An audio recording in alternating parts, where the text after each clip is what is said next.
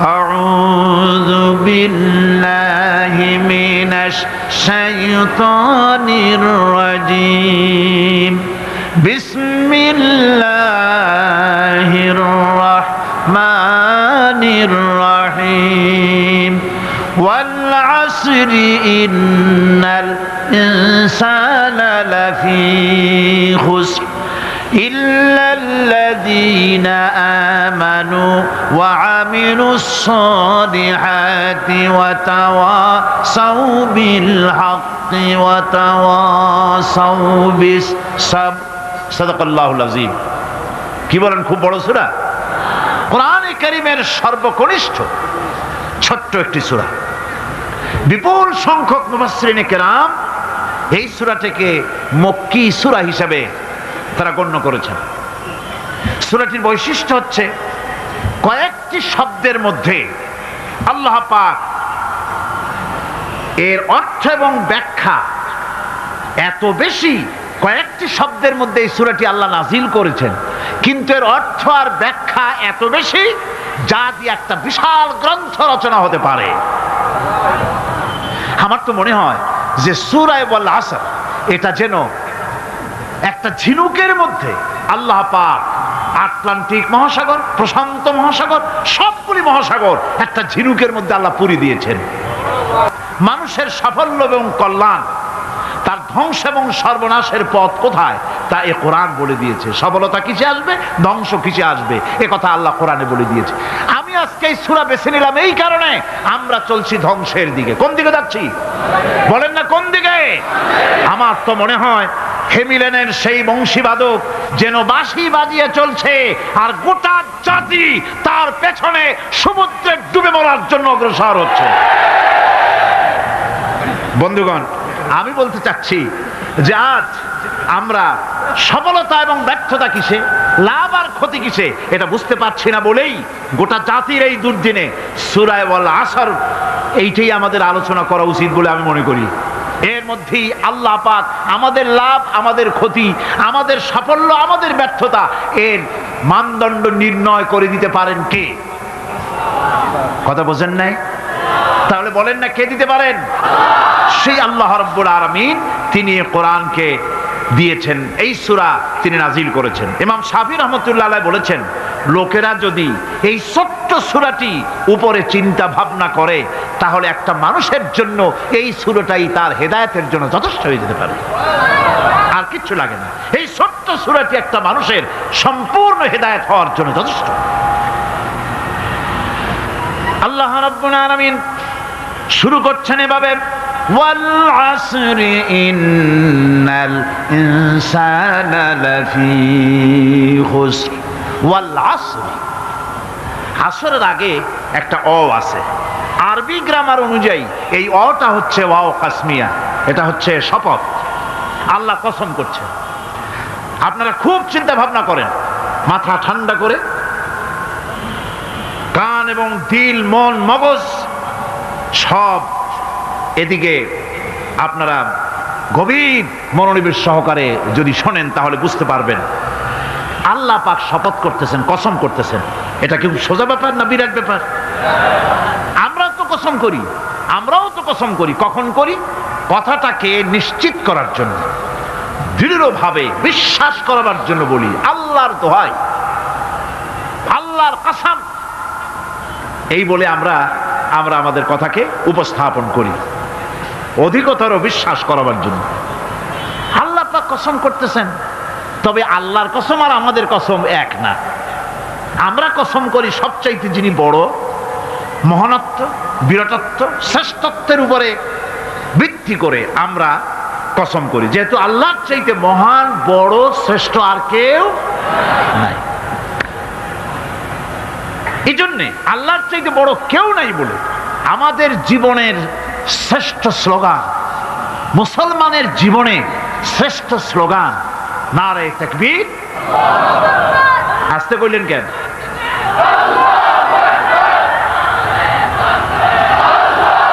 আল্লাহ হচ্ছেন বড়, তার থেকে বড় কেউ না। আমি চিন্তা করি মাঝে মধ্যে, কিছু মনে নেবেন না, আমি মাঝে মধ্যে চিন্তা করি যে সমস্ত রাজনৈতিক দলের লোকেরা মুসলমান, রাজনৈতিক মতপার্থক্য থাকতেই পারে, যে কোনো দল করতেই পারে, কিন্তু এমন রাজনৈতিক দল আমি কেন করব মুসলমান হয়ে যেই রাজনৈতিক দলের মিছিলে আর মিটিং এ আল্লাহু আকবার স্লোগান দেওয়া যাবে না? কারণ হচ্ছে আমি যখন দুনিয়া এসেছিলাম, আপনি যখন দুনিয়া এসেছিলেন, আপনার আমার কানে কি শোনানো হয়েছে কন্ত? আজান শোনানো হয়েছে। দুনিয়ায় এসে আমি প্রথম কি শুনেছি? আল্লাহু আকবার, এটাই শুনেছি। আজানের প্রথম শব্দ কি? নামাজের প্রথম শব্দ কি? ইকামতের প্রথম শব্দ কি? জানাজা, জীবনের শেষ নামাজ, এটার প্রথম শব্দ কি? এটা শেষ শব্দ কি? তাহলে এর সিগনিফিকেন্সটা কি? এর অর্থটা হচ্ছে আমার জন্ম থেকে মৃত্যু পর্যন্ত জীবনের সকল ক্ষেত্রে আমাকে বলতে হবে, স্বীকার করতে হবে, মানতে হবে, নিতান্ত গোলামের মতো মানতে হবে আল্লাহু আকবার। আল্লাহর চাইতে শ্রেষ্ঠ কেউ। আমরা কসম করি যেহেতু আল্লাহ বড়, তার বিরাটত্বের উপরে নির্ভর করে আমরা কসম করি, কিন্তু আল্লাহর চাইতে বড় তো কেউ নাই। উনি কসম যখন করবেন, উনি করবেন কিসের কসম? আমাদের কসম আর আল্লাহর কসম এক নয়। রব্বুল আলামিন যখন কসম করেন, তিনি তার কাছে বড়, তার চাইতে বড় কেউ নাই, শ্রেষ্ঠ কেউ নাই, মহান কেউ নাই। সেজন্য তিনি যে কসম করেন, যে কথা বলতে চান, ওই কথার সাথে, ওই বিষয়ের সাথে যার সম্পর্ক, যার সাযুজ্য আছে, সম্পৃক্ততা আছে, সিমিলারিটি আছে, তার কসম আল্লাহ পাক করেন। যেহেতু এখানে আল্লাহ রাব্বুল আলামিন মানুষের সফলতা, ব্যর্থতা, মানুষের লাভ আর ক্ষতির কথা বলবেন, সেজন্য আল্লাহ পাক মানুষের জীবনের সাথে, মানুষের সম্পর্ক রয়েছে তার জীবনের, মানুষের সাথে সম্পর্ক রয়েছে সময়ের, মানুষের সঙ্গে সম্পর্ক রয়েছে ইতিহাসের।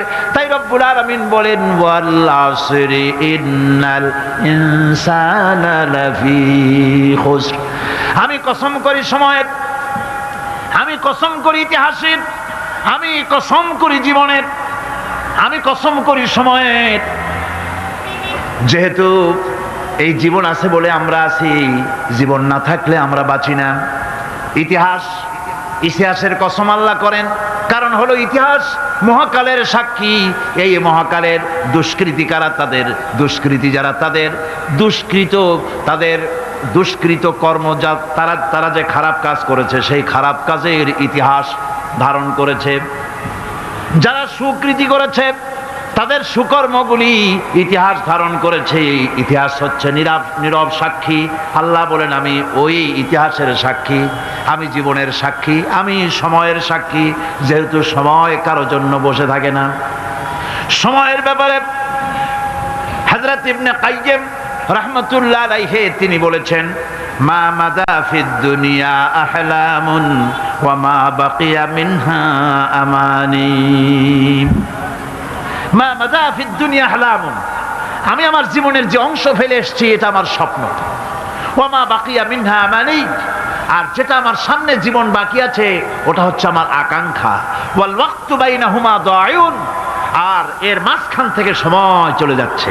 সময় আমার জন্য বসে নেই, সময় চলে যাচ্ছে। এই পৃথিবীতে আসার পর আমাদের হায়াত তো বাড়ছে না, বরং হায়াত প্রতি মুহূর্তে কি হচ্ছে? লোকেরা বলে হায়াত বাড়ে, হায়াত তো বাড়ে না। হায়াত কি হয়? জন্মের পরের থেকে আমার জন্য রিজার্ভ আছে যতটুকুন, 50 বছর বাঁচবো, 60 বছর বাঁচবো, যতটুকুন হায়াত আমার জন্য নির্ধারিত করা আছে, নির্ধারণ করা আছে, প্রতিদিন একদিন করে কমে যেতেছে। এজন্য আমি বলি, আমার বাড়িতে যে ঘড়িটা আছে, এই ঘড়িটা বেলা 1টার সময় ঢং করে একটা আওয়াজ দেয়, শ্রোতাকে শুনিয়ে দেয়, বাড়িওয়ালা তোমার জীবনের মূল্যবান হায়াত থেকে 1 ঘন্টা কমায়া দিলাম। 2টার সময় 2টা ঘন্টা লাগায় শোনায় দিল, বান্দারে তোমার জীবনের মূল্যবান সময় থেকে 2টি ঘন্টা কমে গেল। এমনি করে দিন গেল, মাস গেল, বছর গেল, আমাদের হুঁশ হলো না। সময় চলে গেল তাস খেলে খেলে, সময় চলে গেল আমাদের খেলাধুলা করে, শয়তানি বদমাশি করে। সময় কতটুকুন পেলাম? কিয়ামতের দিন, বিচারের দিনটা যেটা হবে, আল্লাহ রাব্বুল আলামিন বলেন বিচারের দিনটাই লম্বা হবে 50 আলফা সানা মিম্মা তাউদ্দুন। বিচারের দিনটা লম্বা হবে কত বছর? 50,000 বছর। কত বছর? দুনিয়ায় যেভাবে তুমি হিসাব করো, দুনিয়ার গণনা অনুযায়ী হাসরের বিচারের দিনটা হবে 50,000 বছরের মতো লম্বা। এক কিতাবে দেখেছি, তিনি লিখেছেন হিসাব করে কিয়ামতের ওই দিনটার হিসাবে 50,000 বছর একটা দিন লম্বা। ওই হিসাবে পৃথিবীতে যারা 60 বছর বাঁচলো, সেজন্য আখেরাতে 2 মিনিট দুনিয়ায় বাঁচলো। চিন্তা করেছ? মাত্র 2 মিনিট। 60 বছর যারা হায়াত পেল, 2 মিনিট বাঁচলো। এই 2 মিনিটের জন্য কত হাঙ্গামা, কত মারধর, কত সন্ত্রাস, ক্ষমতার জন্য লড়াই, ঠ্যাং করেঙ্গে ত্যাং করেঙ্গে, লাঠি কে আন্দার মুগুর ভরেঙ্গে, শক্তির ঠেলায় অস্থির। আমার বন্ধুগণ, সময় চলে যাচ্ছে স্রোতের মতো করে, কারোর জন্য সময় অপেক্ষা করতেছে না। আমাদের মৃত্যু প্রতি মুহূর্তে কাছে চলে আসতেছে। এই জন্য শায়ের বলেছেন, আগাহা আপনি মৌত সে কোই বশর নেহি, আগাহা আপনি মৌত সে কোই বশর নেহি, সামা সো বরস কে হ্যাঁ পল কি খবর নেহি। মৃত্যু সম্পর্কে আমাদের কারো জানা নাই, যে কোনো মুহূর্তে মৃত্যু আমাদের কাছে এসে যেতে পারে। মৃত্যু সম্পর্কে কিছুই জানা নাই, অথচ প্রতি মুহূর্তে আমরা মৃত্যুর দিকে এগিয়ে চলছি। মাল সামান 100 বছর কি ধরে খাবো তাও জমা করে রেখেছি, কিন্তু এক মুহূর্তের খবর নাই। মাহফিলে এসেছি, বাড়ি যেতে পারবো নিশ্চয়তা নাই। আছে? বলেন আছে? আপনি বাড়ি যাও ভালো, বসেছেন, দাঁড়াতে পারবেন এই নিশ্চয়তা আছে? নাই। সুতরাং সূরার যে সময়ের উপরে কসম করে মূলত সময়ের অপরিসীম গুরুত্ব সম্পর্কে আল্লাহ পাক মানুষকে বুঝাই দিতেছেন। সময়ের দাম দাও। আমাদের সময় চলে যায় গান শুনতে শুনতে, আশ্চর্য মলম বিক্রি করা দেখতে দেখতে, তাস পাশা খেলতে খেলতে সময় চলে যায়, কেউ খেয়াল করে না। সময় বলতে অতীত কালও হতে পারে, আবার বর্তমানও হতে পারে। আর বর্তমান কাল কোনো কালই না। বর্তমান কাল কোনো কাল নয়। প্রতি মুহূর্তে ভবিষ্যৎ এসে বর্তমান হয়, আর প্রতি মুহূর্তে বর্তমান কি হয়? অতীত হয়ে যায়। বর্তমান কাল বলে কোনো কাল নাই, প্রতি মুহূর্তে অতীত হয়ে যাচ্ছে। এই যে আমি মাহফিলে বসছিলাম প্রথম এসে, ওইটা কি এখনো বর্তমান আছে? এই যে বর্তমান কথা বলছি, এটা অতীত হয়ে যাচ্ছে। সুতরাং বর্তমান কাল নাই। আল্লাহ পাক অল আসরের সময়ের কসম করে বলছেন। যদি আমরা চিন্তা ভাবনা করি তাহলে আমরা লক্ষ্য করব আমাদের আসল মূলধন সময়। আসল মূলধন কি? জীবনের আসল মূলধন কি? সময়। ইমাম রাজি রহমতুল্লাহ আলাইহি এই পর্যায়ে এক বুজুর্গের ব্যক্তির কথা তিনি আলোচনা করেছেন। তিনি বলেছেন যে একটা লোক, তিনি সূরা আল আসর এর ব্যাখ্যা তিনি বুঝতেছিলেন না। ব্যাখ্যাটা কি? এই মাথার মধ্যে ঘুরপাক খাচ্ছিল এর ব্যাখ্যা কি? একবার তিনি বাজারে ঢুকলেন, তারপরে তিনি শুনতে পেলেন বাজারের এক প্রান্ত থেকে একজন চিল্লায় বলতেছে, সেই ব্যক্তির উপরে রহম করো যার পুঁজি গলে যায়, সেই ব্যক্তির উপরে রহম করো যার পুঁজি গলে যায়। উনি চিন্তা করলেন পুঁজি এবার গলে কেমন? উনি দৌড়ে গেলেন, যায় দেখেন যে যে ব্যাটা চিল্লাচ্ছে সে হচ্ছে বরফ বিক্রেতা। কি বিক্রেতা? বরফ। বরফ, আইস। এখন এই বরফ বিক্রেতা সে চিল্লায় বলতেছে, সেই ব্যক্তির পরে রহম করো যার পুঁজি কি গলে যায়। সূর্যের তাপ বাড়তেছে আর বরফ গলে যাচ্ছে। সে বুঝাতে চাচ্ছে যে আমার এই বরফটা জমাট থাকা অবস্থায় তোমরা কেউ কেনো, যেহেতু আমার পুঁজি তো এর মধ্যে আমি ইনভেস্ট করেছি। এটা যদি পানি হয়ে যায় তো পানি তো কেউ কিনবে না, এটা তো যেখানে সেখানে পাওয়া যায়। বরফ পাওয়া যায় না বলেই তো আমি বরফ কিনে আনছি। তোমরা আমার প্রতি দয়া করো, তাড়াতাড়ি করে বরফটা কিনে নিয়ে যাও। ইমাম রাজি রহমতুল্লাহ আলাইহি বলেন, বুজুর্গ ব্যক্তি চিৎকার মেরে বললেন, আল্লাহু আকবার, আমি কিন্তু এই বরফ বিক্রেতার ঘোষণার মধ্য দিয়ে সূরা আল আসরের তাফসীর আমি বুঝে ফেলেছি। তার মানে হলো বরফ বিক্রেতা যেভাবে বলতেছে সেই ব্যক্তির উপরে রহম করো যার পুঁজি গলে যায়, আমারও তো একটা পুঁজি আছে, ওই পুঁজির নাম হায়াত। প্রতি মুহূর্তে আমার পুঁজি তো গলে যেতেছে, আমার পুঁজি তো গলে যায়, প্রতি মুহূর্তে কমে যেতেছে। আহারে, এই পুঁজি যে গলে গেল ধরে রাখতে পারলাম না, এই জন্য কিছুই তো করতে পারি নাই। সূরা আল আসরের ভিতরে মানুষের আয়ুষ্কাল দেওয়া হয়েছে বরফ গলে যাওয়ার মতো দ্রুত সে আয়ু কমে যাচ্ছে। একে যদি নষ্ট করে ফেলা হয়, ভুল কাজে ব্যয় করা হয়, সেটাই হচ্ছে মানুষের মূল ক্ষতি। মানুষের মূল ক্ষতি। ব্যবসায় ক্ষতিগ্রস্ত হয়েছে, এটা মূল ক্ষতি নয়। স্বাস্থ্য হারাইছে, মূল ক্ষতি নয়। রাজনীতিতে ব্যর্থ হয়েছে, মূল ক্ষতি নয়। জীবনে মন্ত্রিত্ব হারাইছে, মূল ক্ষতি নয়। মূল ক্ষতি প্রতি মুহূর্তে সময় নষ্ট হচ্ছে, এটাই মূল ক্ষতি। ভাইরা, কিয়ামতের দিন জান্নাতীদের কোনো দুঃখ থাকবে না, সকলের দুঃখ থাকবে। জান্নাতীদের কোনো দুঃখ থাকবে নাকি? থাকবে, থাকবে। জান্নাতীদের মনের মধ্যে একটা দুঃখই থাকবে। ভালো করে শুনুন, জান্নাতীদের মনের মধ্যে একটা দুঃখই হবে। তারা মনে মনে চিন্তা করবেন, আফসোস করবেন, আহারে যদি দুনিয়ায় বসে অমুক সময় বাসে বসেছিলাম, আজে বাজে চিন্তা করেছি, বাড়ির ড্রয়িং রুমে একা একা বসে বসে আজে বাজে চিন্তা করেছি, অমুক অমুক সময় খেলাধুলায় কাটাইছি, এই সময়গুলিতে যদি সুবহানাল্লাহ, আলহামদুলিল্লাহ, লা ইলাহা ইল্লাল্লাহ, আল্লাহু আকবার, এই তাসবিহ যদি পড়তাম, জিকির আজগার করতাম, জান্নাতের ভিতরে আরো নিয়ামত লাভ করতে পারতাম। সময়টা তো কাজে লাগাইলাম না। মানুষের সত্য, মুমিনের সব কাজে সব। ওয়াকুলু লিন্নাসি হুসনা, মানুষের সঙ্গে ভালো ভালো কথা কও, মানুষের সঙ্গে হাসি মুখে কথা কও। একজনের সাথে হাসি মুখে কথা বললেন, আপনার একটা সদকা দেওয়ার মতো সমান সব আমলনামায় লেখা হয়ে গেল। ভালো ভালো কাম করো। বন্ধুগণ, সময় দ্রুত গতিতে চলে যাচ্ছে, মানুষের জীবন ক্ষতিগ্রস্ত হচ্ছে। ক্ষতি থেকে বাঁচতে পারবে 4টা গুণ যার মধ্যে আছে, বাকি সব ক্ষতিগ্রস্ত হয়ে যাবে। আমার ভাইয়েরা, এই কথাগুলি বলে আল্লাহ পাক যেন এরকম একটা দৃষ্টান্ত দিলেন। আপনি যদি পরীক্ষার হলে গিয়া দেখেন, ছাত্ররা পরীক্ষা দিতেছে, পরীক্ষার জন্য নির্ধারিত সময় কতটুকুন? 3 ঘন্টা। 3 ঘন্টা। 3 ঘন্টা। আপনি গিয়ে দেখলেন কোন একজন পরীক্ষার্থী পরীক্ষা দিতে গিয়ে আর একদিকে তাকায় আছে, আকাশের তারা গুনতেছে, অথবা সে গল্প করতেছে, অথবা পরীক্ষা বাদ দিয়ে আজে বাজে কিছু লিখতেছে। আপনি যেমন তাকে, ওই ছেলেটাকে আনবো না, গাফেল ছেলেটাকে ঘড়ির দিকে তাকায় বলেন, এই ছেলে ওই ঘড়ির দিকে তাকাও, দেখো তোমার সময় কিন্তু চলে যেতেছে, মাত্র 1 ঘন্টা আর তুমি সময় নষ্ট করতেছো। আল্লাহ যেন স্নেহ পরবশে তামাম পৃথিবীর গোলামদেরকে, বান্দাদেরকে আঙ্গুল নির্দেশনা দিয়ে বলছেন, বান্দারা প্রতি মুহূর্তে তোর জীবনের মূল্যবান সময় চলে যেতেছে, প্রতি মুহূর্তে সময় যাচ্ছে। আল ইনসান, ইনসান বলতে শুধু মুসলমান না, ইনসান বলতে কি মুসলমান শুধু না, আল ইনসান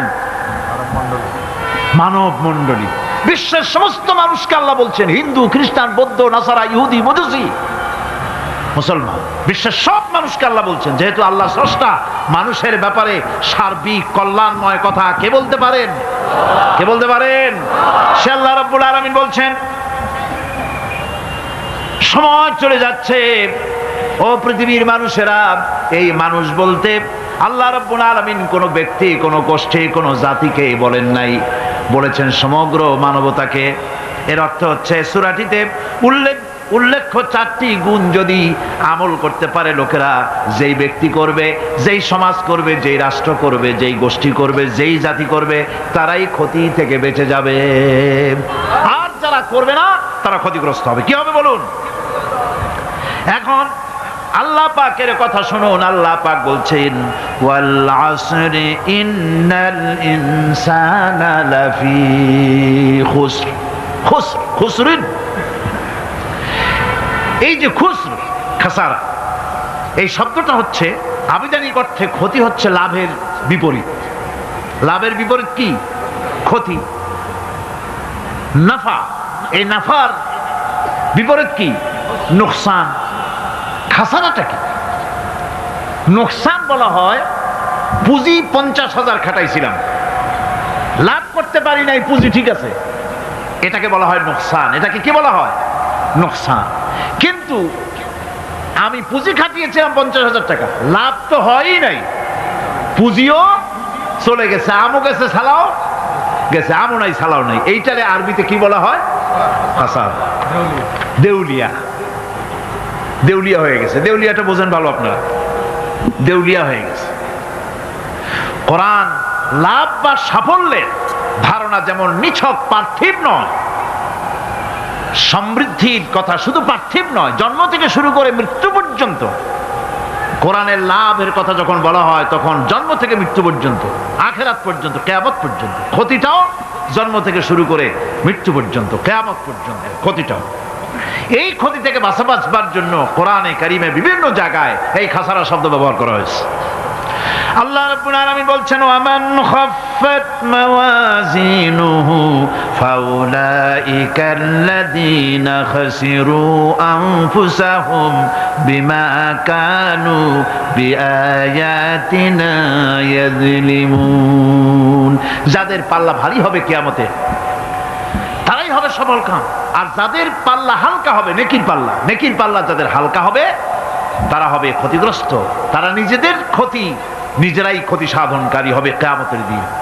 কাজে মানুষের জীবনের সমুদয় কার্যাবলীর ভালো অংশ যদি খারাপ অংশের উপরে বিজয়ী হয়, তারপরে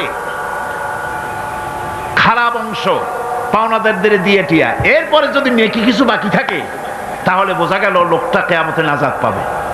আর যদি ভালো কাজের উপরে খারাপ কাজ বিজয়ী হয়ে যায় আর সমস্ত পাওনাদারদেরকে পাওনা মিটাইয়া তারপরেও পাপ বাকি থেকে যায়, এক চাইতে খাসারা পৃথিবীতে আকাশে জমিনে কিছুই আর হবে না। এর থেকে বাঁচার জন্য আল্লাহ পাক এই খাসারা থেকে বাঁচার জন্যই মানুষকে এই কথা বলছেন। এই কথাটি কোরআনে কারিমের অন্য একটি আয়াতে আরো সুন্দর করে বলা হয়েছে, যারা নাকি এই দুনিয়ার বুকে যারা নিজেদের পুঁজি খাটাইছে, জীবনের পুঁজি সুদ কামাইতে খাটালো, জীবনের পুঁজি খাটালো হারাম কামাইয়ের ভিতরে, অন্যায় কাজের ভিতরে, যারা জীবনের পুঁজিকে আল্লাহর দ্বীনের কাজে লাগাতে পারে নাই, তাদের সম্পর্কে বলা হচ্ছে হাসিরাদ দুনিয়া ওয়াল আখিরাতা যালিকা হুয়াল খুসরানুল মুবিন। হাসিরাদ দুনিয়া ওয়াল আখিরা, দুনিয়াও ক্ষতিগ্রস্ত, আখিরাতেও ক্ষতিগ্রস্ত। এটা হচ্ছে তার জন্য সুস্পষ্ট ক্ষতি, এর থেকে বড় ক্ষতি আর কিছুই হতে পারে না। আল্লাহ পাক কোরআনে কারীম অন্যত্র বলেছেন, وَنُنَزِّلُ مِنَ الْقُرْآنِ مَا هُوَ شِفَاءٌ وَرَحْمَةٌ لِلْمُؤْمِنِينَ وَلَا يَزِيدُ الظَّالِمِينَ إِلَّا خَسَارًا। আমি এই কোরআন অবতরণের পরিক্রমায় এমন সব বিষয় অবতীর্ণ করেছি যা মুমিনদের জন্য নিরাময় এবং তাদের জন্য রহমত, আর জালিমদের জন্য ক্ষতি ছাড়া আর কিছুই বৃদ্ধি পায় না। জালিমদের জন্য ক্ষতি বৃদ্ধি পায়, আর যারা মুমিন তাদের জন্য এর মধ্যে নিরাময় আছে, এর মধ্যে রহমত আছে। অর্থাৎ যারা এই কোরআনকে যারা নিজেদের আইনের কিতাব হিসেবে গ্রহণ করেছে, কোরআনকে তাবিজের কিতাব হিসেবে নয়, ধর্মীয় কিতাব হিসেবে নয়, কোরআন সংবিধান। কোরআন কি? কোরআনকে যারা সংবিধান হিসেবে মেনে নিয়েছে, কোরআনকে যারা সংবিধান হিসেবে গ্রহণ করলো, ব্যক্তি, পরিবার, সমাজ, রাষ্ট্রে তাদের যাবতীয় মানসিক, বুদ্ধিবৃত্তিক, নৈতিক, তামাদ্দুনিক রোগের নিরাময় হবে, এর দ্বারা শান্তি হবে। কিন্তু যেসব জালিম এই কোরআনকে প্রত্যাখ্যান করেছি, কোরআনকে যারা মৌলবাদীদের কিতাব বলে, কোরআনের কথা বললে মৌলবাদ বলে গাল দেয়, তারা তাদের কপালকে পোড়াইয়া ছাই বানাইয়া দিছে, তাদের কপাল ভস্মীভূত করে দিয়েছে। আমার দেশে, এই দেশটা কি মুসলমান বেশি না অন্য জাতি বেশি? কোন? জোরে কোন? মুসলমান সবচেয়ে। খুব লক্ষ্য করে শোনেন, এই দেশে সবচেয়ে মুসলমান বেশি, ইন্দোনেশিয়ার পরই। পৃথিবীর দ্বিতীয় বৃহত্তম মুসলিম দেশ হলো কোনটা? বাংলাদেশ। এই দেশে ইসলামরে যত গালি দেওয়া হয়েছে, কোরআনকে যত গালি দেওয়া হয়েছে, আলেমদেরকে যত গালি দেওয়া হয়েছে, রাসূলুল্লাহকে যত গালি দেওয়া হয়েছে, ইসলামী আদর্শকে যত গালি দেওয়া হয়েছে, পৃথিবীতে কোন দেশে এইভাবে ইসলামকে গালি দেওয়া কোথাও হয় নাই। এমনকি আমেরিকার মতো দেশে, ইংল্যান্ডের মতো দেশেও কোরআনের বিরুদ্ধে এত কথা কেউ বলতে সাহস পাবে না, ইসলামের বিরুদ্ধে কথা বলতে সাহস পাবে না, যেহেতু মুসলমানেরা সেখানে পাল্টা আক্রমণ করবে। আজ আমার দেশে মুসলমানের ঘরের সন্তান হইয়া ইসলামের বিরুদ্ধে তারা বক্তব্য রাখে। মৌলবাদ জিকির উঠে গেছে। আমেরিকার প্রেসিডেন্টরা যখন শপথ নেন, প্রেসিডেন্ট হিসাবে ওথ নেন, বাইবেলের উপরে হাত রাখেন আর বলেন এই মহাগ্রন্থকে স্পর্শ করে শপথ নিচ্ছি, আমি আমার চিন্তা চেতনা, আমার মেধা, আমার প্রজ্ঞা সবটা আমার জাতি, আমার দেশকে উন্নয়নের জন্য, এর সমৃদ্ধির জন্য, এর সংরক্ষণের জন্য আমি আমার জীবনকে উৎসর্গ করব। বাইবেলের উপরে স্পর্শ করে এই শপথ তারা নেন। আমার দেশের প্রেসিডেন্ট, প্রধানমন্ত্রী শপথ নেওয়ার সময় কোরআন শরীফের উপরে হাত রাখে যদি, তাহলে বলা হবে বেচারা মৌলবাদী হয়ে গেছে। এটা করা যাবে না। আর যদি কেউ করে সামান্য কিছু, কোরআন না, যদি তসবিহ নিয়েও আসে, তাহলে বুঝতে হবে জাতির সাথে একটা প্রতারণা ছাড়ার কিছুই না। কাজেই ধর্মের প্রতি আকর্ষণ একটা ভিন্ন জিনিস, সেই জিনিসকে ছেড়ে যারা দেয় তারাই ক্ষতিগ্রস্ত হয়, আর যারা ধরে রাখে তারা দুনিয়ায় ক্ষতিগ্রস্ত হয় না। আল্লাহ পাক এখানে রাসূল করিম সাল্লাল্লাহু আলাইহি ওয়াসাল্লাম একটি হাদিস প্রণিধানযোগ্য কোরআনের ব্যাপারে। হুজুর বলেছেন, আল কোরআন হুজ্জাতুন লাকা ওয়া আলাইকা। এই কোরআন হয় তোমার পক্ষের সাক্ষী, না হয় এই কোরআন তোমার বিপক্ষের সাক্ষী। কিয়ামতে এই কোরআন হয় তোমার পক্ষে কাজ করবে, নতুবা এই কোরআন তোমার বিপক্ষে কাজ করবে। দুই অবস্থা থেকে খালি হবে না, হয় কোরআন তোমার পক্ষে সাক্ষী দেবে, না হয়। আমরা কি চাই? কিয়ামতে কি চাই?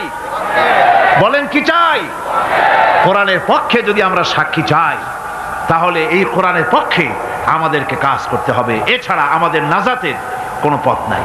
আমাদের মুক্তির পথ হচ্ছে কোরআন কেন্দ্রিক, রাসূলুল্লাহর হাদিস কেন্দ্রিক। এর বাইরে আমাদের সমস্ত পুঁজি নষ্ট হয়ে যাবে। আমাদেরকে পৃথিবীতে টিকে থাকতে হলে কোরআনের উপরে ভিত্তি করে আমাদেরকে বাঁচতে হবে, টিকতে হবে। কোরআনে কারিমে আল্লাহ রাব্বুল আলামিন অন্যত্র বলেছেন, কুল ইন্নাল খাসিরিনাল্লাযীনা খাসিরু আনফুসাহুম ওয়া আহলিহিম ইয়াওমাল কিয়ামাহ আলা যালিকা হুয়াল খুসরানুল মুবিন। বলো, প্রকৃত দেউলিয়া তারাই যারা কিয়ামতের দিন নিজেকে, নিজের পরিবর্গকে এই ক্ষতির দিকে যারা ঠেলে দেবে। ভালো করে শুনে নাও, এটি হচ্ছে সুস্পষ্ট ক্ষতি, সুস্পষ্ট দেউলিয়াপনা। এই ক্ষতি থেকে বাঁচার জন্য আল্লাহ রাব্বুল আলামিন কোরআনে কারীমের মধ্যে বলেছেন, ওয়াল আসরি ইন্নাল ইনসানা লাফি খুসর। পড়েন সবাই, ওয়াল আসরি ইন্নাল ইনসানা লাফি খুসর। মানুষের, সমগ্র মানুষের জীবন ক্ষতিগ্রস্ত, ব্যর্থ। কে বলতেছেন? গা শিউরে ওঠার কথা না? গা শিউরে ওঠে? আল্লাহ বলতেছেন ক্ষতিগ্রস্ত, ব্যর্থ।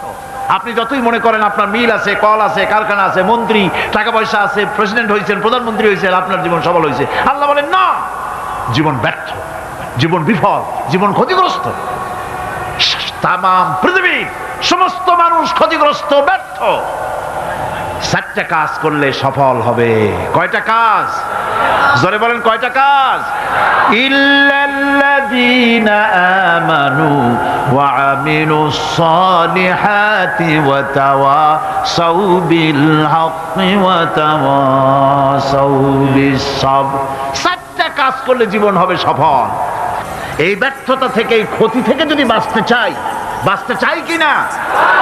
কারা কারা চাই? দেখাই তো হাত। কারা কারা চাই? ক্ষতির হাত থেকে বাঁচতে চাই কারা? আলহামদুলিল্লাহ, হাত নামান।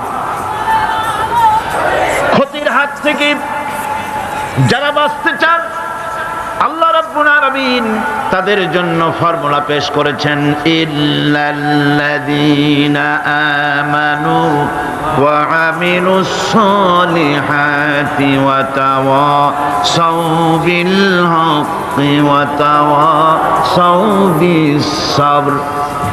আল্লাহ পাক বলেন 4টি কাজ করলে জীবন সফল হয়ে যাবে। কয়টা কাজ? 4টা কাজ করলে জীবনটা সফল হয়ে যাবে। 1 নম্বরে ঈমান। 1 নম্বরে কি? ঈমান। এটাই হচ্ছে ফাউন্ডেশন। ক্ষতি থেকে বাঁচার জন্য প্রথম যে গুণটি, সেটির নাম হচ্ছে ঈমান। ইসলামে ঈমানের স্থান সর্বপ্রথম, তারপরই হচ্ছে ইসলাম। ঈমান আগে, তারপরে কি? ইসলাম। ইসলাম হচ্ছে বীজ, ঈমান হচ্ছে বীজ। আর ইসলাম হচ্ছে চারা, গাছ। এটা হচ্ছে ভিত্তি। এই ভিত্তিকে সর্বপ্রথম মজবুত করতে হবে, ইমানের ভিত্তি। ইমানের ভিত্তি দুনিয়ায় ইমানের আহ্বান জানাবার জন্যই আল্লাহ রাব্বুল আলামিন সমস্ত নবী এবং রাসূলদেরকে পৃথিবীতে পাঠিয়েছেন ইমানের আহ্বানের জন্য। দুনিয়ার সমস্ত নবীদের দাওয়াত ছিল ইমানের দাওয়াত। কিসের দাওয়াত? এই ইমানের দাবিটা আসছে, এই দাওয়াতটা এসেছে আল্লাহর কাছ থেকে। কার কাছ থেকে? দেখুন, পৃথিবীর ভিতরে কোন নবীদের কথার সাথে আরেকজন নবীর কথার কোনো বৈপরীত্য হয় নাই। সমস্ত নবীদের কথা একরকম ছিল। কয় রকম? একজন নবীর সঙ্গে তার বক্তব্যের সাথে আরেকজন নবীর বক্তব্যের কোনো গুণগত মৌলিক কোনো পার্থক্য ঘটে নাই, অসঙ্গতি হয় নাই। কারণ নবীরা, আম্বিয়া আলাইহিমুস সালাম, নিজেরা বানিয়ে কথা রচনা করে তারা মানুষের সামনে পেশ করে নাই। সমস্ত নবীদের কাছে যত দাওয়াত এসেছে একটা অফিস থেকে এসেছে। সে অফিসটা হচ্ছে কার? আল্লাহ রাব্বুল আলামিনের। তাই দুনিয়ার সমস্ত পয়গম্বরদের দাওয়াত ছিল না ইলাহা ইল্লাল্লাহ, লা ইলাহা ইল্লাল্লাহ, লা ইলাহা, লা ইলাহা ইল্লাল্লাহু মুহাম্মাদুর রাসূলুল্লাহ। এটাই ছিল সমস্ত নবীদের দাওয়াত। কোরআনে কারীম তার ধারক এবং বাহক সম্পর্কে বলে যে তিনি যে দাওয়াত দিয়েছেন সে দাওয়াতটা হলো ইমানের দাওয়াত। আমাদের নবী তিনি এসে যে দাওয়াত দিয়েছেন সে দাওয়াতটা কিসের? কোরআনে কারীম বলছি, রব্বানা ইন্নানা সামি'না মুনাদিয়ান ইউনাদি লিল ঈমান। হে আমাদের রব, নিশ্চয়ই আমরা এমন একজন আহ্বায়কের আহ্বান শুনেছি যিনি আমাদেরকে ইমানের দাওয়াত দিয়েছেন। এমন কোন পয়গম্বর নাই দুনিয়ায় যিনি ইমানের দাওয়াত দেন নাই। সকলেই ইমানের দাওয়াত মানুষের সামনে, বিশ্ববাসীর সামনে পেশ করেছেন। কোরআনে হাকিম স্পষ্ট একটা সীমারেখা দুনিয়ার মানুষের সামনে পেশ করে পৃথিবীর মানুষগুলিকে দুটি শ্রেণীতে বিভক্ত করে দিয়েছে। একটি হচ্ছে ঈমান পোষণকারী, আরেকটি হচ্ছে অবিশ্বাসী। একটা ঈমান পোষণকারী আর একটা অবিশ্বাসী। ঈমান পোষণকারীরা সত্যশ্রয়ী, তারা হচ্ছে জ্ঞান এবং নূরের সম্পদে সমৃদ্ধ। আর দ্বিতীয় দলটি হচ্ছে কাফের, জালিম, মূর্খ। তারা হেদায়েতের রাস্তা তাদের জন্য অবরুদ্ধ।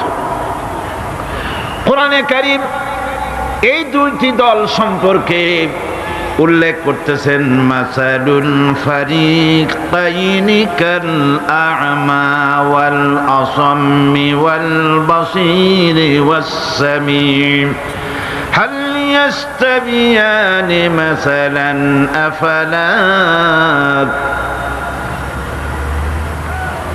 কোরআন শরীফ বলছে, হাল ইয়াস্তাবিয়ানি মাসালান আফালা তাযাক্কারুন।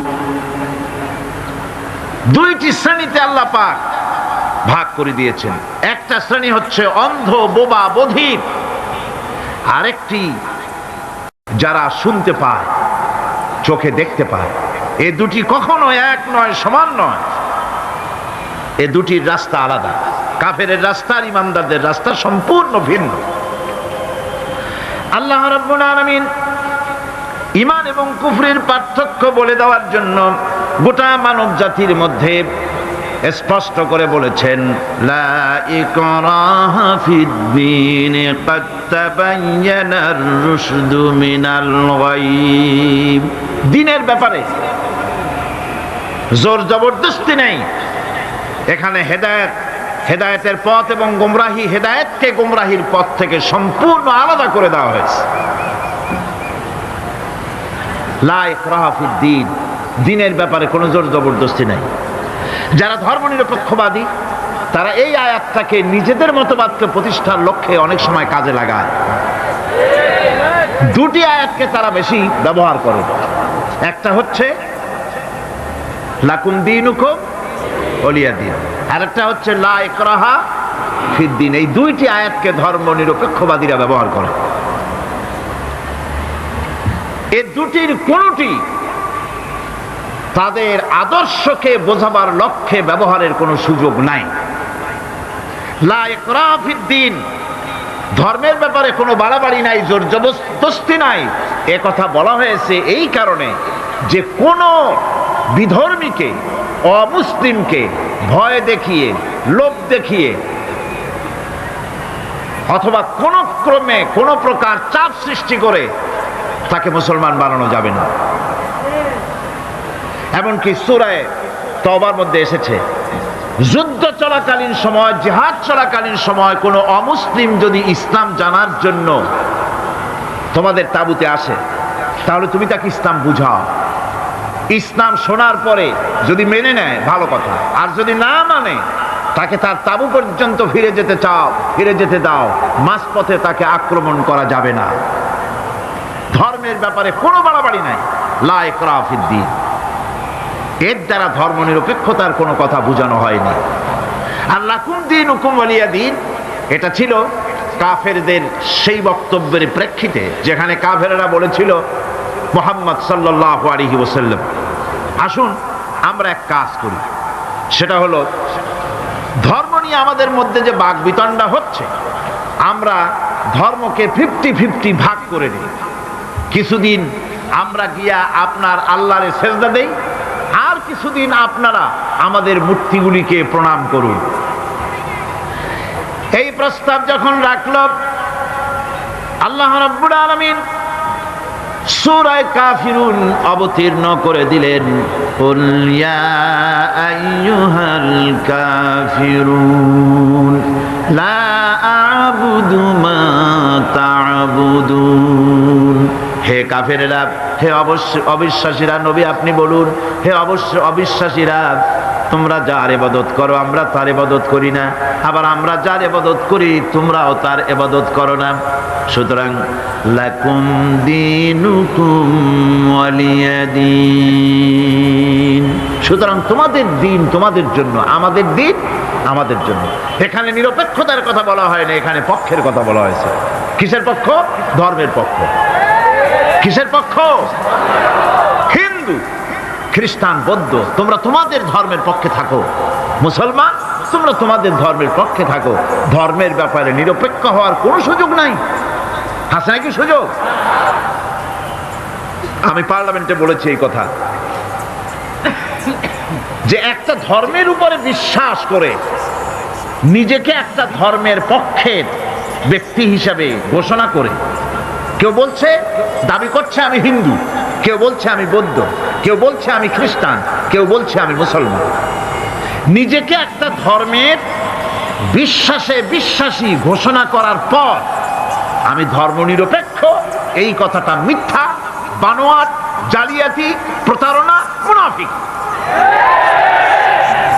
কোন ধর্মের অনুসারী ব্যক্তি ধর্মনিরপেক্ষ হতে পারে না। কেবলমাত্র নাস্তিক, যারা আল্লাহরে মানে না, আল্লাহকে স্বীকার করে না, ওরা বলতে পারে আমরা ধর্মনিরপেক্ষ, ধর্মের ব্যাপারে আমরা নিরপেক্ষ, গুলো মানি না, বিশ্বাস করি না। কিন্তু যারা ধর্মে মানে, সেদের যে ধর্মেরই হোক না কেন, সে ব্যক্তি ধর্মনিরপেক্ষ যদি দাবি করে, এটা মিথ্যে কথা, এটা মুনাফিকি ছাড়া আর কিছু হতে পারে না। মুসলমানকে, যে কোনো জাতিকে যে ধর্মে আছে ধর্মের পক্ষে থাকা, এটা কথাই বলা হয়েছে। এখন আমি বলতেছিলাম ইমানের কথা।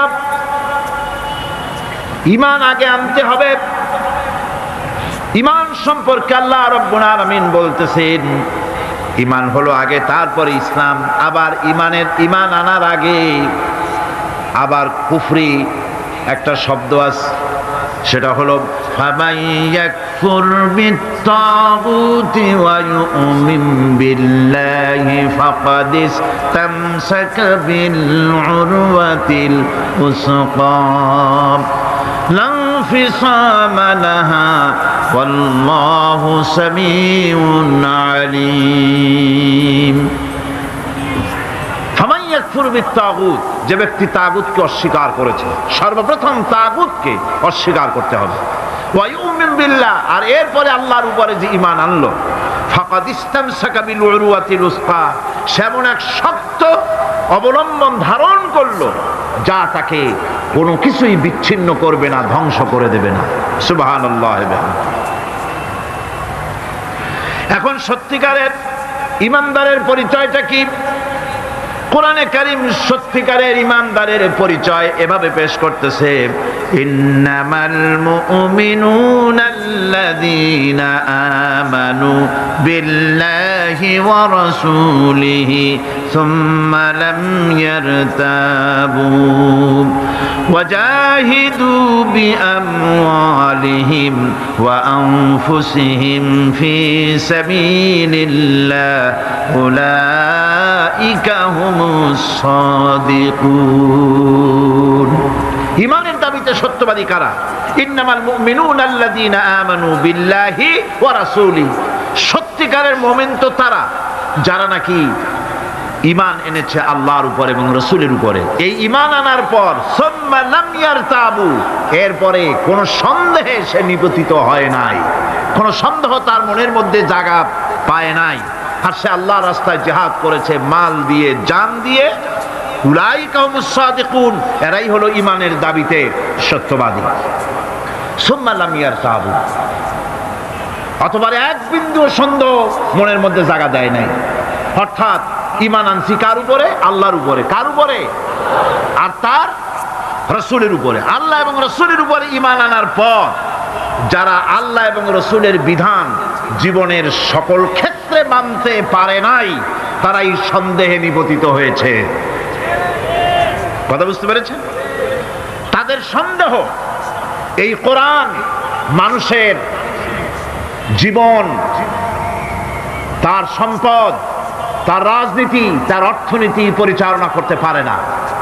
সেই জন্য ধর্মের ব্যাপারে কোরআন মানি, ধর্মের ব্যাপারে নামাজ আর রোজা মানি, কিন্তু রাজনীতিতে ধর্ম মানি না। এটাই হলো সন্দেহ। এটাই কি? সন্দেহ, অবিশ্বাস। জীবনকে তারা দুইটা ভাগ করেছে, এক ভাগ রাজনীতির জন্য, আর এক ভাগ কিসের জন্য? ধর্মের জন্য। জীবনকে এভাবে দুইটা ভাগ করার কোন অধিকার দেওয়া হয় নাই। যারাই মুখে উচ্চারণ করেছে লা ইলাহা ইল্লাল্লাহু মুহাম্মাদুর রাসূলুল্লাহ, জোরে সোরে পড়েন লা ইলাহা ইল্লাল্লাহু মুহাম্মাদুর রাসূলুল্লাহ। যারা জীবনকে, যারা নাকি ঈমান এনেছে, কালেমা বিশ্বাস করেছে, আল্লাহ এবং রাসূলের প্রতি ঈমান এনেছে, জীবনকে দুইটা ভাগ করার কোনো অধিকার নাই। যার কথা মতো নামাজ পড়ব, তার কথা মতোই রাজনীতি করব। যার কথা মতো হজ করব, যাকাত দিব, তার কথা মতো পার্লামেন্ট চালাবো। যার কথা মতো হজ করব, যাকাত দিব, সেজদা দিব, তার কথা মতোই বঙ্গভবন আর সেক্রেটারিয়েট চালাবো। যাকে মানি, যে আল্লাহরে সেজদা করি সারা জীবন, যে রাসূলকে মানি আমার নেতা হিসাবে, রাসূল হিসাবে, সে আল্লাহ এবং রাসূলের হুকুম অনুযায়ী আমার কোর্ট কাছারি, আদালত, শিক্ষাঙ্গন চালাবো। এটা যদি চালাই তবে আমি মুমিন, আর যদি না চালাই, সন্দেহে যদি নিপতিত হয়ে যায় যে কোরআন থাকবে মসজিদে, আমার পার্লামেন্টে কোরআন ঢুকতে পারবে না। কোরআন পার্লামেন্ট শুরু হওয়ার সময় একবার তেলাওয়াত হবে, কিন্তু তা আমল করা হবে না। অনুষ্ঠানগুলি শুরু হবে কোরআন দিয়ে, কিন্তু তা আমল করা হবে না। কোরআন তেলাওয়াত করে ব্যবসা প্রতিষ্ঠান উদ্বোধন করা হচ্ছে, কিন্তু সুদের টাকা দিয়ে ব্যবসা প্রতিষ্ঠান বানানো হলো। বিবাহ পড়ানো হচ্ছে কোরআনের আয়াত দিয়ে, কিন্তু যৌতুক গ্রহণ করা হারাম, সেই যৌতুক দিয়ে বিয়ে উদ্বোধন করা হলো। এমনি সকল ক্ষেত্রে নাফরমানি করে যে ঈমানের দাবি করলো, এই ঈমান ঈমান নয়, এর নাম মুনাফিকি। এখন এই কথাটা মনে রাখতে হবে যে ঈমান এমন এক বিষয় যা আবার মৌখিক দাবি করলেই হয় না। কেউ যদি পড়ে লা ইলাহা ইল্লাল্লাহ, মুসলমান কি হয়ে গেল? বলেন আপনি, ফতোয়া দেন হয়ে গেল? खिरद ने गर कह भी दिया ला इलाहा इल्लल्लाह तो क्या हासिल, दिलो निगाह मुसलमान नहीं तो कुछ भी नहीं। खिरद ने गर कह भी दिया ला इलाहा इल्लल्लाह, মুখে আসলো আর স্বতঃস্ফূর্তভাবে বলে ফেললো লা ইলাহা ইল্লাল্লাহ, তো क्या हासिल, এতে কিছু এর দ্বারা কোনো উপকার হলো না। দিলো নিগাহ মুসলমান হি তো কুছ ভি নেহি, অর্থাৎ তার মন তার মস্তিষ্ক লা ইলাহাকে বিশ্বাস করলো না, আমল করলো না, এই কালেমা পড়ার কোনো দাম নাই। এবার আল্লাহর ভাষায় শুনুন, আল্লাহ রাব্বুল আলামিন বলেন ওয়া মিনান নাসি মান ইয়াকুলু আমান্না বিল্লাহি ওয়া বিল ইয়াউমিল আখির ওয়া মা হুম বিমুমিনিন। আল্লাহ রাব্বুল আলামিন বলছেন লোকেদের মধ্যে এমন অনেক লোক আছে যারা মুখে বলে আল্লাহর উপর ঈমান এনেছি, পরকালকে বিশ্বাস করেছি, আল্লাহ বলেন ওমা হুম বিমুমিনিন, এরা মুমিন না। আল্লাহ কি বলছেন খুব লক্ষ্য করেন, একদিকে মুসলমান হইতে হলে বিশ্বাস করতে হবে কি আল্লাহর পরকাল, রাসূলের উপর ঈমান, এগুলি করতে হবে।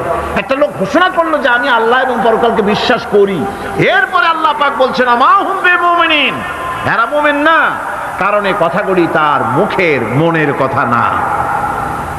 সে ব্যক্তি, এরকম ব্যক্তি এ মাহফিলও থাকতে পারে, যদি থাকে আল্লাহ রাব্বুল আলামিন তাকে হেদায়েত নসিব করে দিন, আমরা বলি আমিন।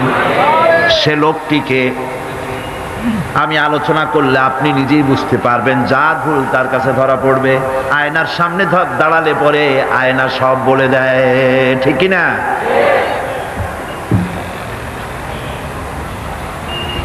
সেই ব্যক্তি, যে ব্যক্তি নাকি কালেমা পড়ে নামাজ পড়ে, আবার ব্যবসায়ী হলে ওজনে কম দেয়, খাদ্যে ভেজাল দেয়, মানুষের সঙ্গে প্রতারণা করে, টাকা নিয়ে ফেরত দেয় না, ওয়াদা খেলাপ করে, চুরি করে, ডাকাতি করে, জেনা করে, সুদভিত্তিক ব্যাংকের থেকে টাকা তুলে ব্যবসা করে, সুদের ব্যবসা করে, ঘুষ দেয়, জেনা করে, আর একদিকে নামাজ পড়ে, সময় হলে আবার হজ করে আসে।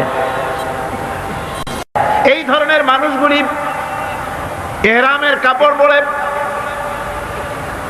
হজের নিয়ত করে জিদ্দায় পা রেখে যখন বলে লাব্বাইক আল্লাহুম্মা লাব্বাইক লাব্বাইক লা শারীকা লাকা লাব্বাইক ইন্নাল হামদা ওয়ান নি'মাতা লাকা ওয়াল মুলক লা শারীকা লাক লাব্বাইক আল্লাহুম্মা লাব্বাইক, আয় আল্লাহ প্রভু হাজির, প্রভু আমি হাজির, হে আমার রব তোমার গোলাম হাজির।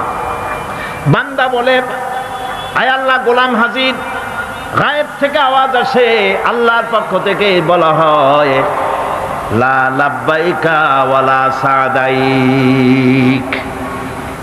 বান্দা বলছে আমি উপস্থিত মাবুদ, আর মাবুদ বলছে আমি তোমার উপস্থিতিকে গ্রহণ করলাম না। তুমি বলছো হাজির, আমি বলছি তুমি অনুপস্থিত, তোমার উপস্থিতি আমি গ্রহণ করলাম না।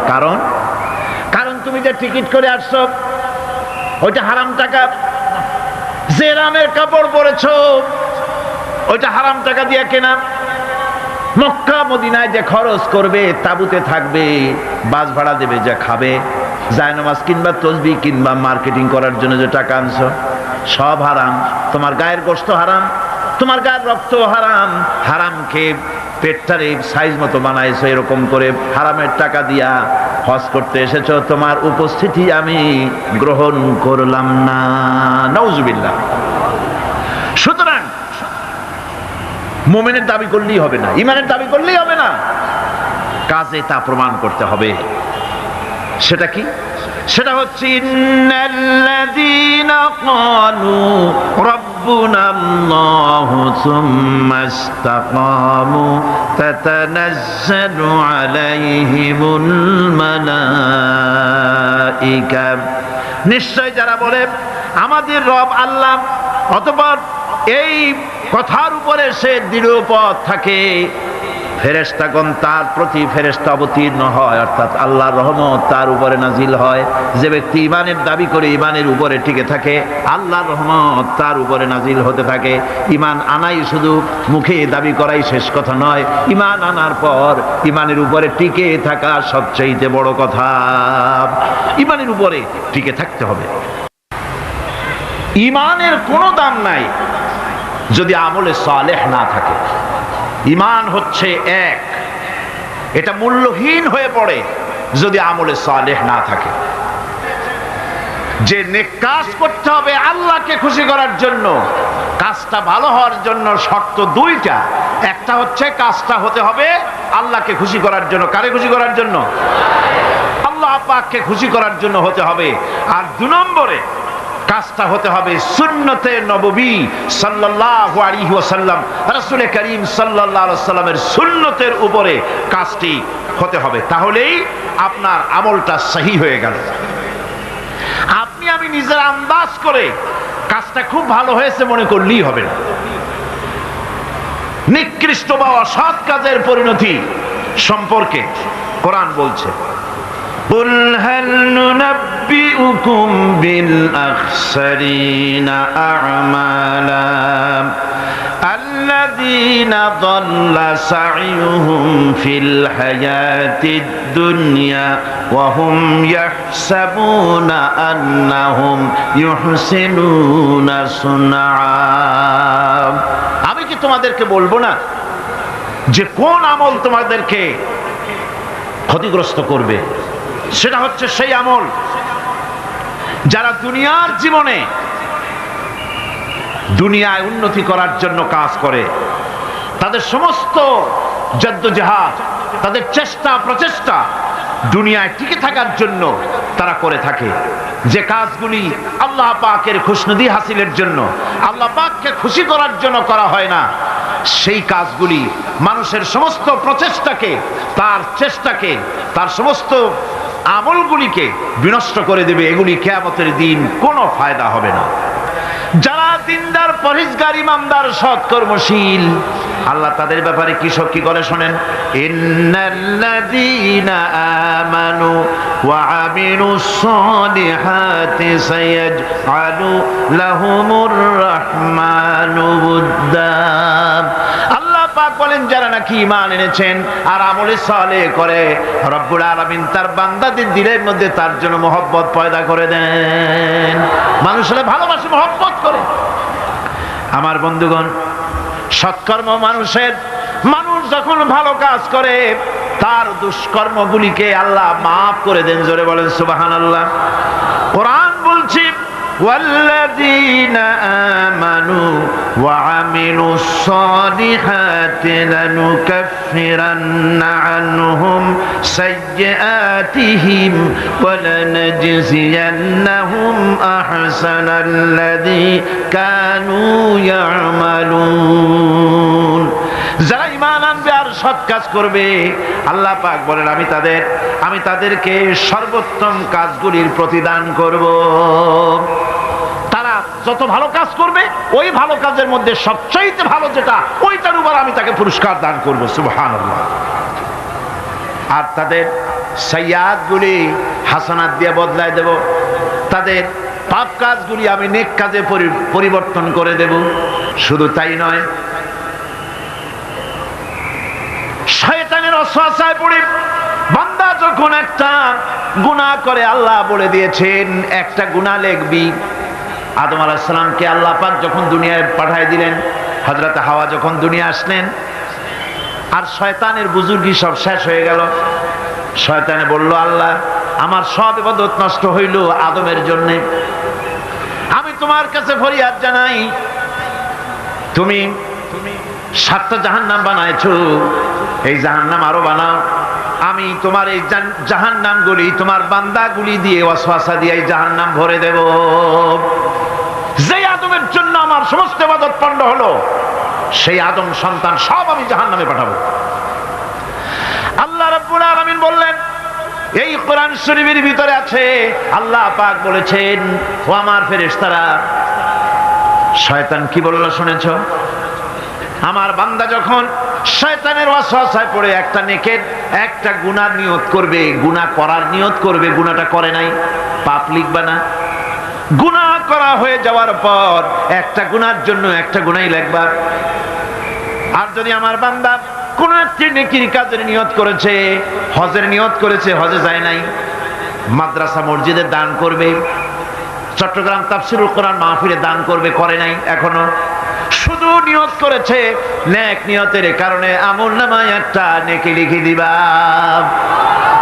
আর যখন নেকের কামটা করা হয়ে যাবে, আল্লাহ পাক বলেন মান জাআ বিল হাসানাতি ফালাহু আশরু আমসালিহা। নেকের কাজটা যখন করা হয়ে যাবে, আমার বান্দার আমলনামায় একটা নেকের পরিবর্তে 10টা গ্রেস মার্ক লাগাইয়া 10 গুণ বাড়াইয়া দিবা। সুবহানাল্লাহ। আমি বান্দা, আল্লাহ পাক বলেন বান্দার কোন আমলের উপরে আমি জুলম করি না। বান্দা যদি যে সব কাজ করবে, সমস্ত নেক কাজের জন্য আমি তাকে সওয়াব দান করব। শুধু তাই না, সৎকর্মশীল ব্যক্তিদের রুজিতে আমি বরকত দিয়ে দিব। সুবহানাল্লাহ কোন। ভালো কাজ যারা করবে তাদের রুজিতে আল্লাহ পাক কি করবেন? فالذين آمنوا وعملوا الصالحات لهم مغفرة ورزق كريم। যারা ঈমান আনবে এবং ভালো কাজ করবে, আমি তাদেরকে উত্তম রিজক দান করব। শুধু তাই নয়, আমলে সালিহ যারা করবে, সৎকর্মশীল লোকদের, তাদের জন্য রয়েছে আমার কাছে ক্ষমা, মাগফিরাত।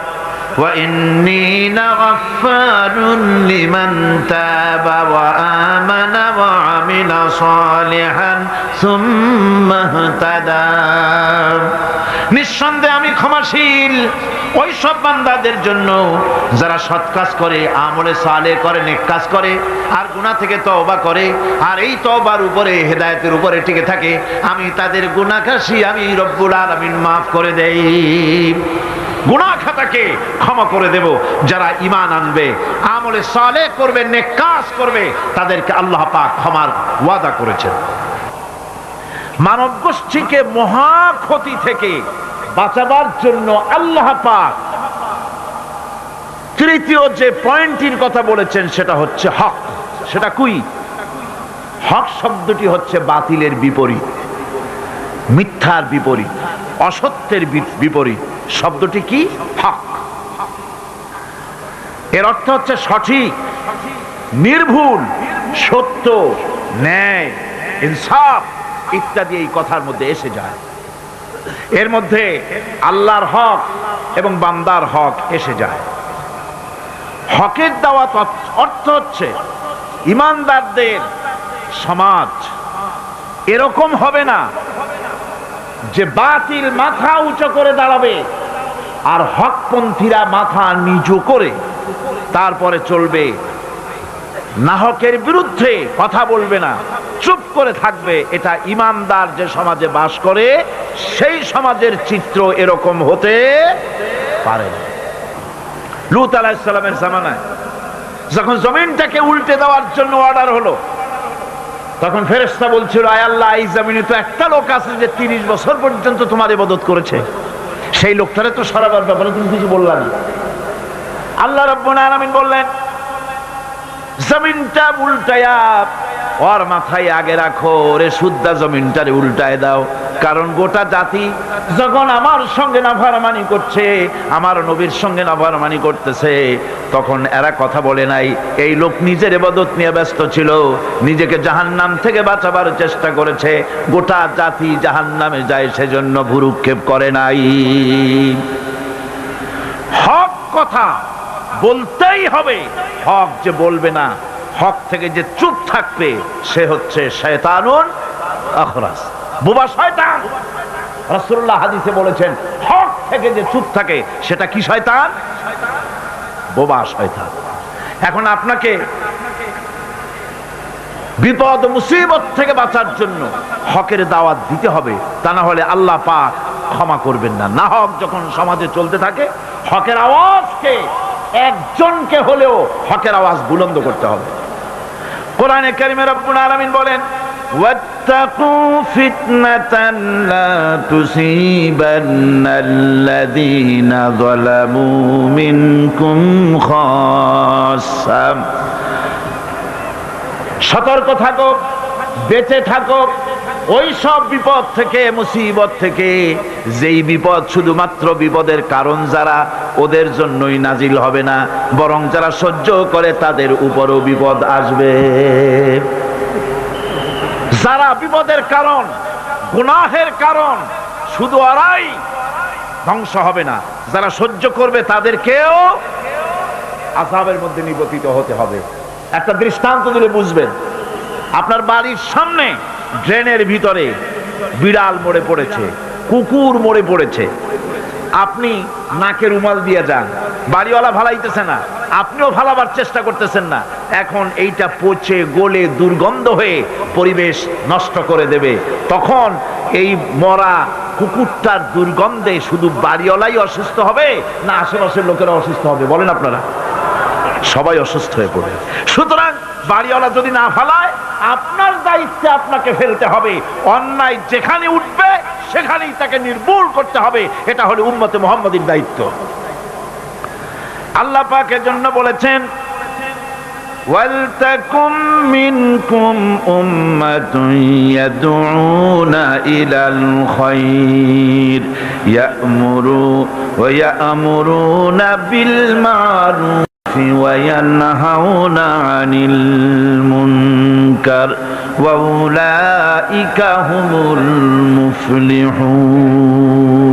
তোমাদের মধ্যে এমন কিছু লোক থাকা দরকার যারা মানুষকে কল্যাণের দিকে ডাকবে এবং অকল্যাণ থেকে মানুষকে ফিরাবে, কল্যাণের দিকে ডাকবে, হকের দিকে ডাকবে, নেক কাজের দিকে ডাকবে, মানুষকে ভালো কাজের দিকে ডাকবে। এরকম কিছু লোক তোমাদের মধ্যে হয়ে যাওয়া উচিত, তৈরি হওয়া উচিত, যারা হকের দাওয়াত নিয়ে তারা সমাজে বেরোবে। কারণ মুসলমানেরা হলো আমাদের সম্পর্কে আল্লাহ পাক বলেছেন, কুনতুম খায়রা উম্মাতিন উখরিজাত লিন-নাসি তা'মুরুনা বিল মা'রুফি ওয়া তানহাউনা আনিল মুনকার। তোমরা হচ্ছে শ্রেষ্ঠ জাতি। আমরা কি জাতি?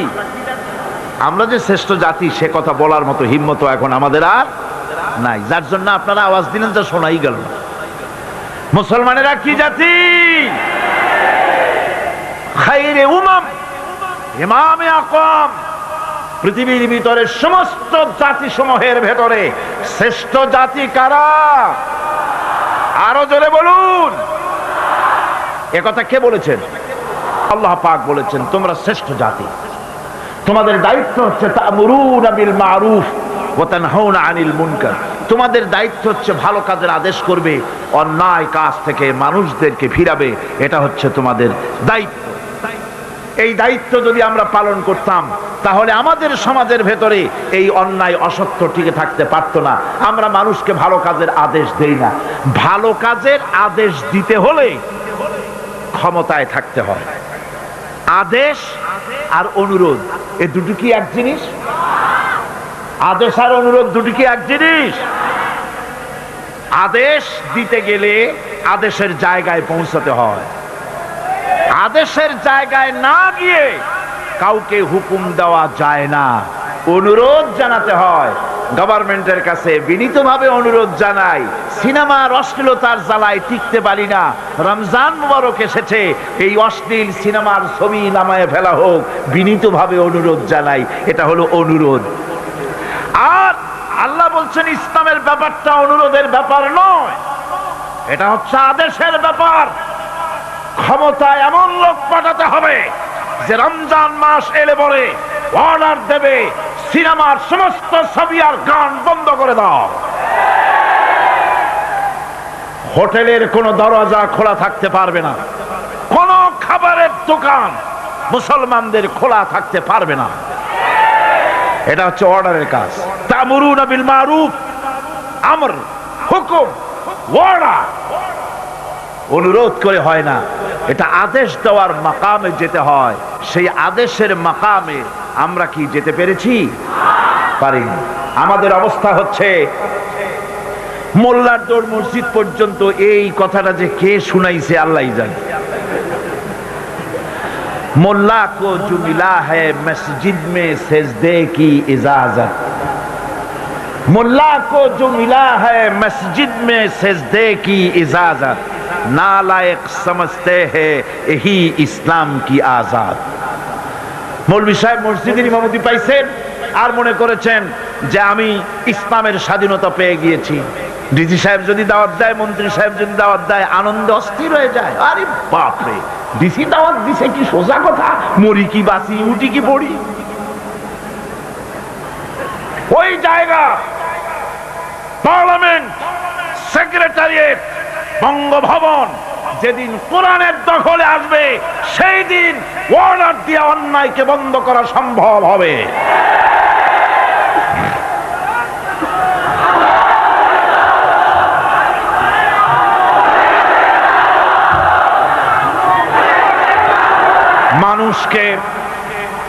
মানুষকে হকের দাওয়াত দিতে হবে। আল্লাহ রাব্বুল আলামিন বলেন, ومن أحسن قولا ممن دعا إلى الله وعمل صالحا وقال إنني من المسلمين ومن أحسن قولا ممن دعا إلى الله। ওর থেকে ভালো কথা আর কার হতে পারে যে ব্যক্তি মানুষকে আল্লাহর দিকে ডাকে। সুবহানাল্লাহ গণ, সুবহানাল্লাহ বলেন। আল্লাহর দিকে যে ডাকে সেই ওয়ামান দা ইলাইহি, হাদিস শরীফের ভিতরে আছে মান ক্বালা বিহি সাদাকা। কোরআন থেকে যে কথা বলে সে কি কথা বলে? সত্য কথা বলে। কোরআন থেকে যে কথা বলে সত্য কথা বলে। মান ক্বালা বিহি সাদাকা ওয়া মান আমিলা বিহি উজরা। আরে কোরআন থেকে যারা আমল করে আল্লাহ তাদেরকে পুরস্কৃত করেন। ওয়ামান হাকামা বিহি আদালা, কোরআন থেকে যে বিচার করে সেই জাস্টিস, ইনসাফ কায়েম করে। ওয়ামান দা ইলাইহি হুদিয়া ইলা সিরাতিল মুস্তাকিম। আর যারা কোরআনের দিকে দাওয়াত দেয় তাদের দাওয়াতই সহজ সরল দাওয়াত। আওলাদের রাসূল আপনাদের সামনে কোরআনের দাওয়াত দিলেন, কোরআনের পক্ষে কাজ করুন, সবাই হাত উঁচু করে আপনারা সমর্থন দিয়েছেন। আমরাও অপেক্ষা করব এই সমর্থন আপনারা কতদিন বজায় রাখতে পারে। আল্লাহ যেন তৌফিক দেন। জোরে বলেন আমিন, আরো জোরে বলেন আমিন। ওয়ামান আহসানু কাওলাম মিম্মান দা ইলাল্লাহ। ওর চাইতে ভালো কথা কার? যে মানুষকে আল্লাহর দিকে ডাকে। আমরা কার দিকে ডাকি? বিশ্বাস করুন, আমরা তো সমাজতন্ত্রের দিকে মানুষ ডাকি না। বলেন, আমরা কি সমাজতন্ত্রের দিকে মানুষ ডাকি? পুঁজিবাদের দিকে ডাকি, জাতীয়তাবাদের দিকে ডাকি, ধর্ম নিরপেক্ষ মতবাদের দিকে ডাকি। আমরা কার দিকে ডাকি? ধর্ম নিরপেক্ষ মতবাদ আল্লাহর তৈরি না মানুষের তৈরি? পুঁজিবাদ আল্লাহর না মানুষের? সমাজতন্ত্র আল্লাহর না মানুষের? জাতীয়তাবাদ আল্লাহর না মানুষের? আরে কোরআন কার? ইসলাম কার? সেই আল্লাহ রাব্বুল আলামিনের দিকে আমরা ডাকি। আমরা আমার বাপের দিকে ডাকি না, মায়ের দিকে ডাকি না, দাদার দিকে ডাকি না, মন গড়া কথা বলি না। ওলামায়ে হক কথা বলে কোরআনের কথা। সুবহানাল্লাহ। মহা ক্ষতি থেকে বাঁচার জন্য 4 নম্বরের বিষয় এটা হলো কয়টা কথা আমাদেরকে ক্ষতি থেকে রক্ষা করবে? বলেন না কয়টা? 4টা। তার একটা হলো কি? 2 নম্বরে কি? আমলে সালেহ। 3 নম্বরে কি? হকের দাওয়াত। 4 নম্বরে কি? সবর। সবর কোরআনে কারীমের মধ্যে সর্বাধিক ব্যবহৃত একটি শব্দ সবর। আরবি ভাষায় বিভিন্ন অর্থে এই সবর শব্দ এসেছে। তবে সাধারণত সবর শব্দের অর্থ হচ্ছে অবিচলতা, দৃঢ়তা, সহিষ্ণুতা, মন মেজাজের সমতা, ধীরতা, কষ্ট সহিষ্ণুতা, বরদাস্ত, এগুলি হচ্ছে সবরের অর্থ। আমরা মনে করি সবর হচ্ছে ধৈর্য। হ্যাঁ, ধৈর্যটা ঠিক, কিন্তু সেই ধৈর্যের অর্থ কি? এই ধৈর্যের অর্থ এই নয় যে কেউ আপনার একটা থাপ্পড় মারবে আর আপনি বলবেন ভাই হাতে ব্যথা পাইছেন নাকি। তাহলে আমার আরেকখান থাপ্পড় দিয়ে দাঁত যে কয়টা আছে তাও ফালাই দাও। এর নাম সবর না। সবর হলো বিপদে আপনি হতাশ হবেন না, বিপদে ভেঙে পড়বেন না, বিপদে থাকবেন দৃঢ় অবিচল, মাথা ঠান্ডা, সুস্থ মস্তিষ্কে বিপদকে ওভারকাম করার জন্য কৌশল অবলম্বন করবেন। এটাই হচ্ছে সবর। ধৈর্য ধরতে হবে অবিচলতার সাথে, দৃঢ়তার সাথে, সহিষ্ণুতার সাথে। আল্লাহর জান্নাতে যাওয়ার জন্য এই সবর আমাদেরকে ইখতিয়ার করতে হবে। আমরা কি আল্লাহর জান্নাতে যেতে চাই? আমরা কি জান্নাতে যেতে চাই? অবশ্যই আল্লাহর জান্নাতে আমরা যেতে চাই। এই জান্নাতে যাওয়ার জন্য আল্লাহ রাব্বুল আলামিন কোরআনে কারীমের মধ্যে বলেছেন, আম হাসিবতুম আন তাদখুলুল জান্নাতা ওয়া লাম্মা ইয়া'লামিল্লাহুল্লাযীনা জাহাদু মিনকুম ওয়া ইয়া'লামাস সাবিরিন। তোমরা কি মনে করেছো যে বেহেশতে চলে যাবে, অথচ এখনো দেখা হয় নাই যে তোমাদের মধ্যে কে সবর অবলম্বনকারী, জিহাদের ময়দানে কে জিহাদ করতে এবং সবর ইখতিয়ার করতে কে তোমাদের মধ্যে পারদর্শী, অথবা এই পরীক্ষায় কে কামিয়াব হবে, এটা এখনই দেখা হয় নাই। আর এমনি তোমরা জান্নাতে চলে যাবে? জান্নাতে যাওয়া তো সহজ নয়। আল্লাহ পাক পরীক্ষা নেবেন, সেই পরীক্ষায় কামিয়াব হতে হবে। আর আল্লাহ পাক বলেছেন অবশ্যই সবরের পরীক্ষা নেব। وَلَنَبْلُوَنَّكُمْ حَتَّى نَعْلَمَ الْمُجَاهِدِينَ مِنْكُمْ وَالصَّابِرِينَ وَنَبْلُوَ أَخْبَارَكُمْ। অবশ্যই আমি তোমাদেরকে পরীক্ষা করব, আর এই পরীক্ষার ভিতরে সত্যিকারের মুজাহিদ যারা, তারাই দৃঢ়, যারা নাকি দৃঢ়তা অবলম্বন করবে, সবর ইখতিয়ার করবে, আল্লাহ রাব্বুল আলামিন পরীক্ষায় তাদেরকে কামিয়াব করবেন। এই সবর এক মহা সম্পদ। সবর ইখতিয়ার করতে হবে মুসলমানদেরকে। জান্নাতের ভিতরেও আল্লাহ পাক যারা সবর করবে তাদের জন্য বিরাট নিয়ামত আল্লাহ পাক জান্নাতে দান করবেন। জান্নাতে যাওয়ার জন্য সবর একটা মহাগুণ। এই গুণ মুসলমানদের ভিতরে থাকতে হবে। যখন বিপদ আসে, মুসিবত আসে, রব্বুল আলামিন বলেন বিপদ যখন আসে, মুসিবত যখন আসবে, বান্দা যারা মুমিন তারা পড়ে ইন্না লিল্লাহি ওয়া ইন্না ইলাইহি রাজিউন। নিশ্চয়ই আমরা আল্লাহর জন্য এবং আমাদের সকলকেই আল্লাহর কাছে ফিরে যেতে হবে। এই কথাটা মুমিনদেরকে বলতে হবে। পড় গিয়া জিস পর নজর बंदा को मौला कर दिया, पड़ गया जिस पर नजर बंदा को मौला कर दिया, आ गया जिस दाम में जोश कतरा को दरिया कर दिया। আল্লাহ রাব্বুল আলামিনের রহমতের নজর যদি কোনো গোলামের প্রতি পড়ে যায়, গোলামটা বাদশাহে পরিণত হয়ে যায়। আল্লাহর রহমতের নজর যদি এক ফোঁটা পানির উপরে পড়ে যায়, পানি ফোঁটা আটলান্টিক মহাসাগরে পরিণত হয়ে যায়। সে আল্লাহ রাব্বুল আলামিনের উপরে ঈমান এনে সৎ কাজ করে হকের দাওয়াত দিয়া সবর ইখতিয়ার করলে পরে আল্লাহ পাক তাদেরকে জান্নাত দান করবেন। জান্নাতের সুউচ্চ মাকাম আল্লাহ পাক দান করে দিবেন।